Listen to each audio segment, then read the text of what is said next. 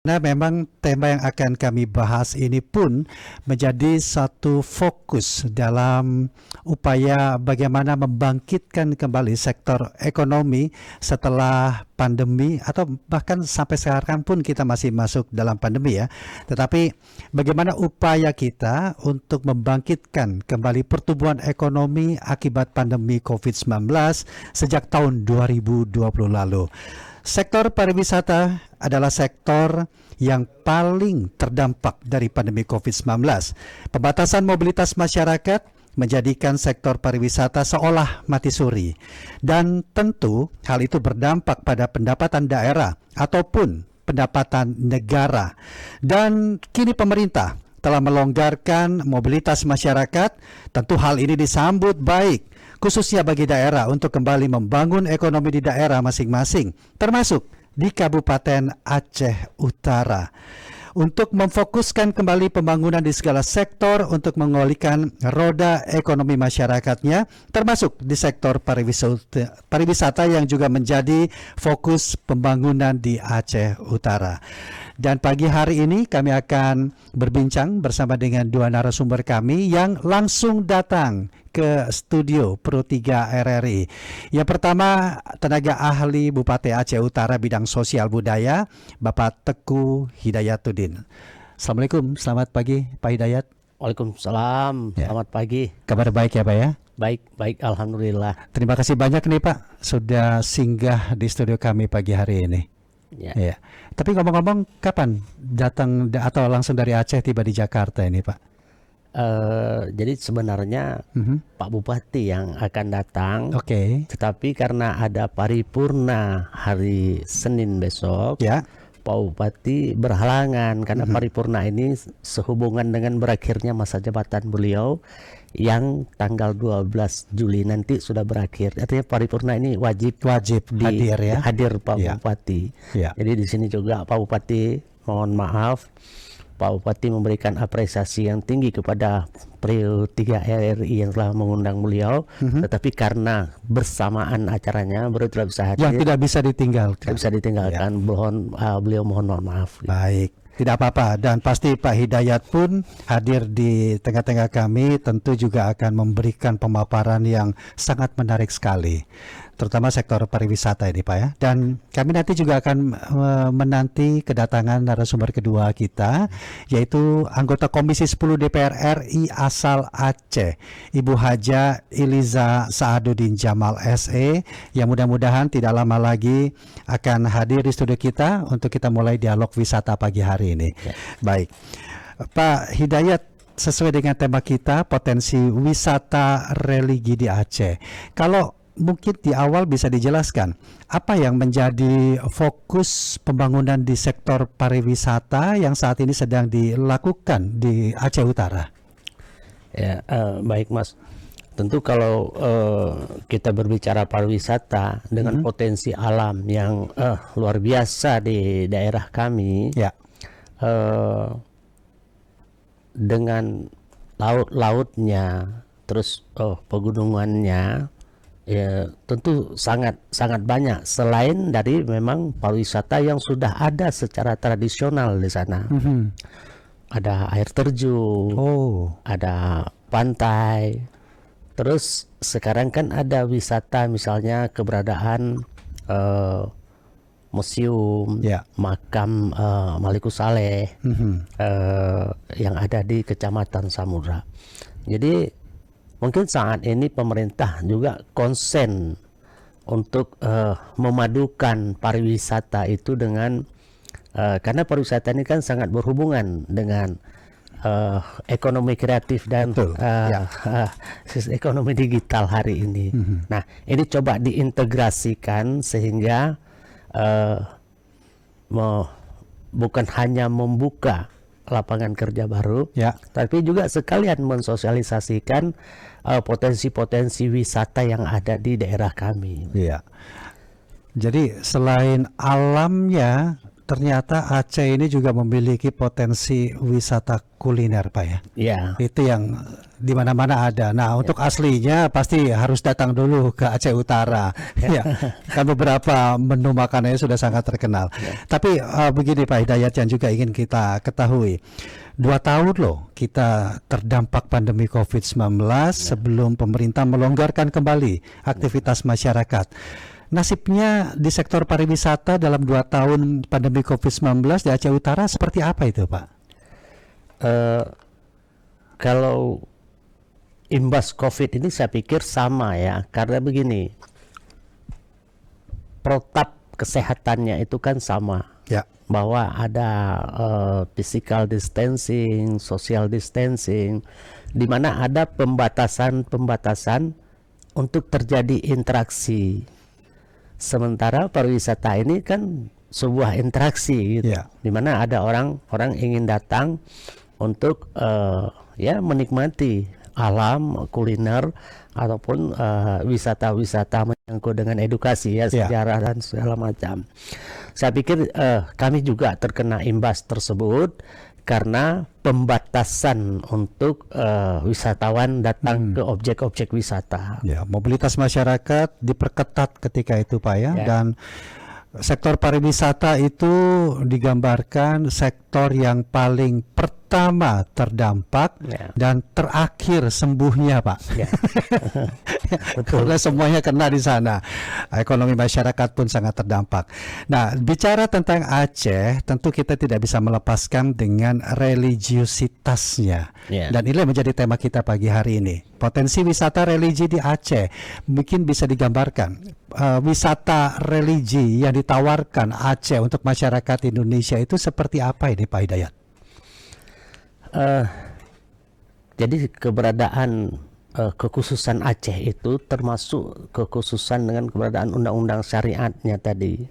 Nah, namun kita kan selalu berpikir tentang regulasi dan undang-undang ini, dia tidak bersifat memasung, tapi memberikan pembatasan dalam hal-hal tertentu. Nah, di sini kita coba bagaimana mengkombin itu sehingga bisa terintegrasi regulasi kekhususannya dan penghormatan kepada syariat tetap bisa ditegakkan, tetapi tidak terganggu proses interaksi masyarakat termasuk interaksi pelaku ekonomi. Nah, menyangkut dengan pariwisata tadi, kita coba membuat konsep-konsep pariwisata religi yang ada di Kabupaten Aceh Utara. Di sana ada makam Samudra Pasai, ada tentu ada sejarah panjang di sana sehingga kita memiliki monumen tersebut. Yang dilakukan saat ini adalah pemerintah secara terus-menerus, pemerintah Kabupaten Aceh Utara membangun komunikasi dengan tokoh-tokoh masyarakat, terutama tokoh-tokoh agama. Karena memang mungkin di sini ada sedikit perbedaan cara pandang pariwisata kalau menggunakan parameter tadi keagamaan yang dimiliki oleh Aceh khususnya. Jadi kan pariwisata mungkin kalau kita lihat dari luar negeri itu, mereka sebuah kemerdekaan ketika mereka berwisata itu, di mana ada kebebasan. Mereka betul-betul menikmati ketika datang ke satu daerah. Yang paling dibutuhkan oleh mereka adalah kenyamanan yang di situ. Nah, dengan kondisi seperti ini, maka pemerintah Kabupaten Aceh Utara itu membangun komunikasi dengan tokoh-tokoh masyarakat, tokoh-tokoh agama untuk bisa melihat bahwa potensi pariwisata ini juga bagian dari syariah. Karena kan kita membuka lapangan pekerjaan baru. Membuka lapangan pekerjaan baru itu bahagian juga memberikan pekerjaan kepada siapa? Kepada warga masyarakat di situ. Tinggal bagaimana menghormati kearifan lokal dan menghormati tata cara dan keyakinan masyarakat setempat dengan tidak mengganggu proses pariwisata itu sendiri. Karena gini kan Pak Hidayat, kalau kita seperti Bapak ungkapkan tadi, wisatawan datang ke satu daerah, tentu mereka ingin mendapatkan sarana seperti apa apa budaya mereka di negaranya, ketika mengunjungi suatu daerah di negara tertentu tidak hilang kemerdekaan tadi, kebebasan. Nah, untuk masalah wisata religi, strategi apa yang akan digunakan oleh Aceh Utara, Kabupaten Aceh Utara? Itu adalah sebuah keunikan yang memiliki nilai jual tanpa harus melibatkan kebiasaan-kebiasaan wisata yang umum sekarang ini. Gimana ini strateginya, Pak? Salah satunya kami melihat gini ya, kita coba merekonstruksi di situ. Ya. Kami merancang pariwisata di sana itu, bagaimana siapapun yang datang, mereka bisa wisata itu letak di ketika bisa mempersonifikasikan dirinya dengan daerah tersebut. Dan itu menjadi supaya mereka teringat-ingat, aku pernah jadi seperti ini ketika aku datang ke Aceh Utara. Kesan. Tetapi di situ kita tidak dalam mengintervensi faham dan keyakinan dia. Murni mereka melihat itu sebagai entitas budaya yang kita perlu. Jadi mereka datang itu kita coba tawarkan sehingga mereka teringat-ingat datang ke tempat kita itu bahwa begini loh. Nah, suasana inilah yang kita coba sealamiah mungkin sehingga bisa mereka tahu mereka sedang dipersonifikasi. Tapi kami berharap mereka secara alamiah menikmati wisata tersebut ketika secara alamiah mereka berubah. Ya mungkin misalnya nih lah, ketika kami di sana itu di daerah yang bersyariat Islam menggunakan busana Muslim, kan? Karena kami lihat beberapa orang Eropa, Amerika yang datang ke sana, mereka beli itu jilbab, mereka tutup kepala, lalu senang mereka selfie. Nah, beranjak dari hal tersebut, kami menganggap mereka tidak antipati juga, terhadap tata cara dan kebiasaan Islami di sana. Tinggal bagaimana ini diorganize dengan baik. Gitu. Artinya keunikan itulah ternyata memiliki potensi nilai jual dalam sisi pariwisata, terlepas dari eksploitasi hal-hal yang lain. Itu begitu Pak Hidayat ya. Tetapi apa yang akan menjadi tantangan ke depannya untuk bisa, ini kan luar biasa idenya Pak ya, sangat-sangat luar biasa dan ini unik. Tantangan apa ini yang perlu untuk dipahami atau mitigasinya lah Pak dari teman-teman di Kabupaten Aceh Utara ini? Ya mungkin gini ya, karena tetap sesuatu yang baru pasti ada resistensinya di masyarakat. Mungkin nggak semua lintas masyarakat atau pemimpin di setiap struktur sosial masyarakat itu dapat menerima hal tersebut. Jadi dan itu saya pikir bukan hanya di Aceh saja. Nah, di sini memang inilah tugas daripada pemerintah. Pemerintah dia harus menjembatani itu, harus menjadi stabilizer sehingga yang pada hasil akhirnya kan untuk masyarakat juga. PAD kita bertambah atau terbukanya lapangan kerja, orang daerah tersebut juga yang menikmatinya.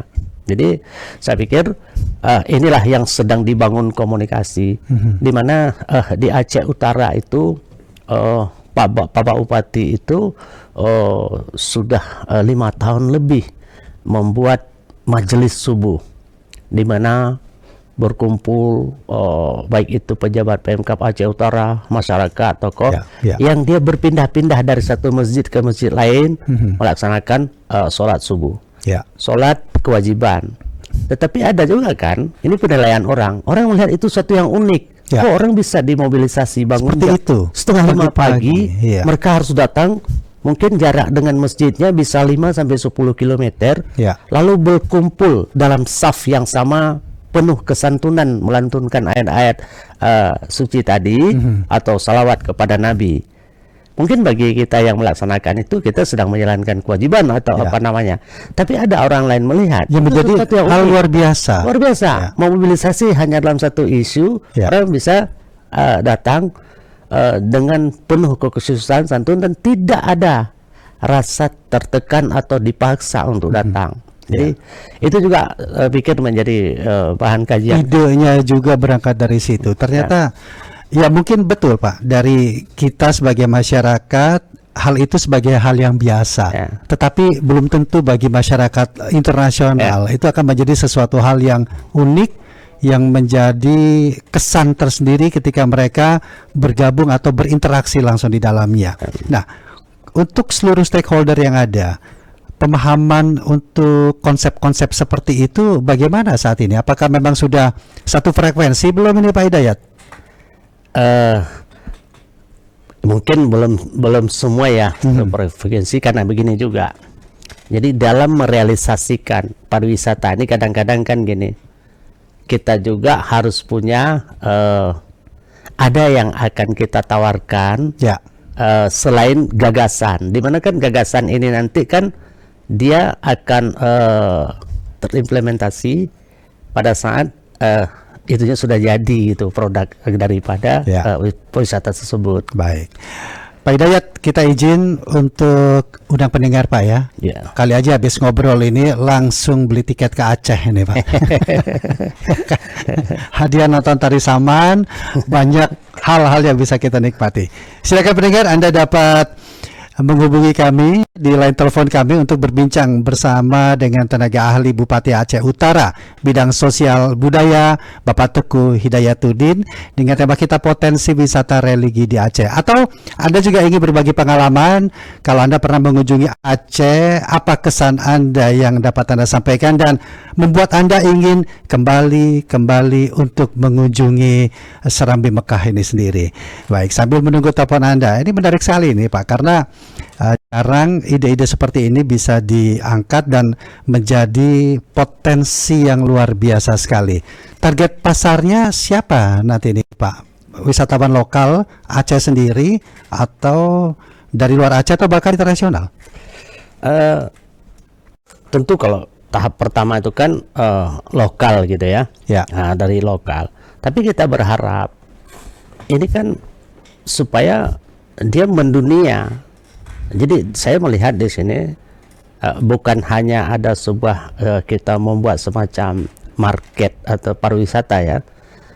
Kalau dalam gambaran saya, bagaimana orang bisa terintegrasi ya dalam satu pemahaman tentang apa itu penghormatan, apa itu yang namanya menghargai, dan bagaimana menjadi sebuah interaksi. Tadi kata-kata tersebut maksud saya gini, bukan lagi dalam bentuk retorika. Jadi ada aplikasinya, hanya saja kita menggunakan mediumnya tadi pariwisata. Oke, jadi seperti itulah konsep yang ditawarkan. Baik, sarana fasilitas pendukungnya ini kan tidak bisa kita lepaskan kalau kita bicara mengenai sektor pariwisata. Elemen-elemennya begitu banyak sekali. Apakah ini sudah disiapkan sejak sekarang nih Pak? Mungkin kalau secara hierarki pemerintahan, tentu kita ada provinsi, lalu ada pemerintah pusat di sini di Jakarta. Melalui leading sector terkait dinasnya pasti sudah melakukan hal tersebut. Di lain daripada pemerintah, kita menawarkan kepada pihak swasta untuk berinvestasi. Nah, tapi kan swasta ini dia sederhana, namanya pebisnis. Bagi dia yang paling penting bukan hanya di situ marketable dia berbisnis, tapi dia melihat dia nyaman, aman nggak berinvestasi. Nah, itu terus yang coba kita memberikan pemahaman ke masyarakat Aceh Utara, kan? Agar mereka lebih aware melihat tersebut, di mana ada hal yang lebih besar yang mempunyai manfaat luar biasa bagi masyarakat ketika mereka dapat memahami dan terbuka kepada investasi-investasi yang akan masuk ke Aceh Utara. Ya, pasti itu adalah satu hal langkah yang pasti akan dipikirkan dalam di pemerintahan Kabupaten Aceh. Tetapi kalau kita membuat satu kebijakan, katakanlah sektor pariwisata, karena dampak positifnya pun sangat besar, menghidupkan atau pertumbuhan ekonomi, membuka lapangan pekerjaan yang begitu luas, dan mengenalkan daerah setempat ke mancanegara sekalipun. Nah, hal itu dibutuhkan konsep untuk pembangunan yang berkelanjutan atau sustainable, Pak. Nah, jadi tidak terputus di generasi A saja, tetapi bagaimana generasi berikutnya turut serta peduli terus meneruskan pembangunan ini. Bagaimana ini, Pak? Jadi kami melihat gini, karena kalau masyarakat sudah memahami, nah, ini kan ada lingkungan ini, setiap objek pariwisata ada lingkungan. Ya. Nah, bisa saja satu kecamatan dengan kecamatan yang lain itu berbeda cara pandangnya. Ya, berbeda dari cara pandang. Nah, ya. Pemahaman yang kita berikan, yang kita konsepkan di situ, bahwa setiap membentuk, misalnya kita membentuk kelompok sadar wisata, membuat desa wisata, di mana kami di sana juga sudah ada, kita buat desa wisatanya. Di mana itu Pak? Ada di 26 desa. Wow. Jadi supaya desa-desa tersebut menjadi bagian daripada desa wisata sesuai dengan potensinya yang ada. Ya. Jadi kami melihat begini, ketika pelibatan tokoh masyarakat, ya, mereka itu ada posisi atau wilayah intervensi dalam batas tertentu di dalam mengambil kebijakan arah pariwisata di tempat mereka. Apakah sebagai dewan penasehat, dewan pembina pariwisata. Ya. Nah, jadi mungkin sekalian sebuah apresiasi kepada mereka untuk membuat mereka juga memiliki tanggung jawab yang sama. Itu salah satunya untuk membangun konsep sektor pariwisata ini berkelangsungan, berkelanjutan tepatnya Pak ya. Pak, sudah ada 2 pendengar ini Pak. Orang yang satu Jogja, yang satu Brebes. Langsung undang aja Pak ke Aceh nanti ini Pak ya. Siap. Pak Sarjo di Yogyakarta, selamat siang Pak Sarjo. Selamat siang. Assalamualaikum. Waalaikumsalam. Ada Pak Teguh Hidayatuddin. Silakan Pak. Assalamualaikum Pak Teguh. Waalaikumsalam warahmatullahi Pak. Kami mendengarkan seksama apa yang disampaikan Bapak kaitan dengan pengembangan pariwisata di Aceh Utara Pak ya. Ya betul Pak. Jadi ada beberapa yang ingin kami sampaikan berkaitan dengan apa upaya dari Bapak dan tim yang di sana untuk mengembangkan pariwisata di Aceh Utara. Luar biasa baik ya. Bisa langsung ke apa yang ingin ditanyakan langsung Pak. Gini, jadi sekarang ini kan dunianya medsos itu yang luar biasa, yang negatifnya banyak sekali. Justru yang sudah dikembangkan baik dengan ada cara berinteraksi dengan baik tadi, dibalik suasananya menjadi seakan-akan berbusana muslim dipaksa. Baik, ya. Seperti ini dan Kami sudah menangkap Pak Sarjo ya, apa yang ingin Bapak sampaikan. Kemudian itu tidak terjadi dan harapan kami tetap berkembang baik. Baik, terima kasih Pak Sarjo. Selamat siang. Kita tampung dulu, kemudian kita menuju Brebes, ada Pak Rubin. Pak Rubin, selamat siang. Bisa langsung apa yang ingin disampaikan Pak? Selamat siang Mas Rudi. Ya. Begini Pak Hidayat. Ya. Jadi sebagai serambi Mekah, Aceh Utara, tetap jadilah Aceh Utara yang sebenarnya. Jadi mereka yang masuk pun mereka tahu aturan. Jadi tidak ada main paksa, tapi mereka masuk ke suasana sana, ya suasana yang betul, sana betul-betul samudra pasir. Jadi mereka ada etikanya, masuk ke sana sesuai aturan. Jadi tidak ada masalah. Padahal begitu. Ya. Terima kasih. Terima kasih Pak Rubin di Brebes, Pak Sarjo, Pak Rubin mungkin bisa langsung ditanggapi nih Pak Hidayat. Ya. Jadi di sana itu karena terikat sebenarnya tanpa ada undang-undang yang distrukturisasi menyangkut paham keyakinan tadi kan terikat di diri kita masing-masing. Ya. Nah, tetapi karena ada strukturisasi masuk ke dalam namanya regulasi tadi, jadi sebenarnya undang-undang syariat ini berlaku bagi orang Aceh yang dia tinggal di sana dan dia beragama Islam. Ya. Tapi yang non Muslim itu tidak terikat. Misalnya pakai jilbab dan macam itu aware biasa. Chinese di sana itu biasa nggak pakai. Boleh datang ke sana nggak pakai. Kenapa? Paling mereka diminta lah sedikit menghargai mungkin dalam hal berpakaiannya. Nah, melalui digital juga sekarang kita setiap ada sesuatu yang memang kita anggap terlalu kontraproduktif atau bombastis dalam pemberitaannya, kita melakukan klarifikasi terhadap tersebut. Kan? Mungkin untuk Pak Rubin luar biasa, terima kasih Pak Rubin di Brebes ya, terhadap supportnya. Kami tetap dengan kearifan lokal yang kami miliki, tetapi kami juga menjadi bahagian daripada komunitas Indonesia, dan kami berharap menjadi komunitas internasional yang aware dengan segala suku bangsa. Karena kalau kita bicara pariwisata, kita tentu ingin melihat bersentuhan langsung dengan budaya masyarakat setempat. Itulah Indonesia, Sabang sampai Merauke, berbeda-beda budaya yang menjadi nilai jual yang sangat tinggi. Di akhir perbincangan kita pagi hari ini, Pak Hidayat, apa yang ingin Bapak sampaikan kepada pendengar Pro 3 seluruh Indonesia, atau ajakan langsung lah, ingin merasakan bersentuhan ini loh Aceh dengan potensi wisata yang luar biasa. Silakan. Kepada seluruh saudara saya seluruh Indonesia, bahwa Aceh Utara itu salah satu kabupaten yang ada di Provinsi Aceh.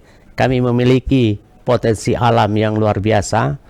Bahkan tempat kami ada di sana namanya air terjun 7 Bidadari. Wow. Di mana air terjun itu bertingkat-tingkat dengan suasana yang masih sangat-sangat alami.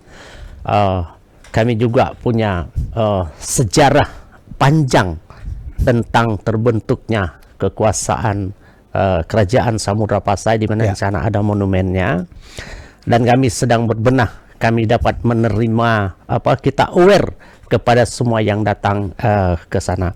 Maka kami menggaransi kepada seluruh warga negara Indonesia tidak perlu ragu datang ke tempat kami, karena kami terbuka sesuai dengan konsep kami, di mana kalau rumah orang Aceh itu sebelum masuk rumah ada namanya gentong air atau kami bilang guci. Kita cuci kaki, masuk, pintunya kecil, kita nunduk, tapi begitu masuk ke dalam luar biasa luas di dalam, dan di sana orang diberikan kenyamanan. Dan saya pikir falsafah itu masih berlaku, hanya memang dalam kondisi era digitalisasi dan informasi yang ini mungkin banyak hal yang dianggap selama ini bias dalam pemahaman. Tapi intinya kami sangat aware di Aceh Utara, dan kami berharap bila ada yang ingin berinvestasi di dalam dunia pariwisata, pemerintah Kabupaten Aceh Utara itu dititip oleh Pak Bupati Haji Muhammad Taib. Ya, beliau siap membantu, memfasilitasi dan terbuka luas untuk menerima siapapun datang ke sana. Luar biasa. Jadi semakin bertambah ensiklopedia wisata kita tentang Aceh Utara. 7 bidadari tadi Pak, 1 aja lah saya nanti ke sana Pak ya. Satu tujuhnya ini repot saya nanti. Oke, ya lumayan dapat 7 itu. Baik Pak Teguh Hidayat, terima kasih banyak sudah hadir di studio Pro 3 RRI, dan menarik sekali perbincangannya. Sukses untuk Bapak, salam untuk Pak Muhammad Taib, dan mudah-mudahan kedepannya sektor pariwisata di Aceh benar bisa menjadi konsep yang unik, yang menarik untuk didatangi siapapun juga. Terima kasih Pak. Dan terima kasih pendengar untuk perhatian Anda dalam perbincangan kami Dialog Wisata pagi hari ini. Saya Rudi Zain bersama dengan Bapak Teguh Hidayatun dari Provinsi Kabupaten Aceh Utara. Undur diri. Selamat siang, sampai jumpa. Assalamualaikum. Waalaikumsalam.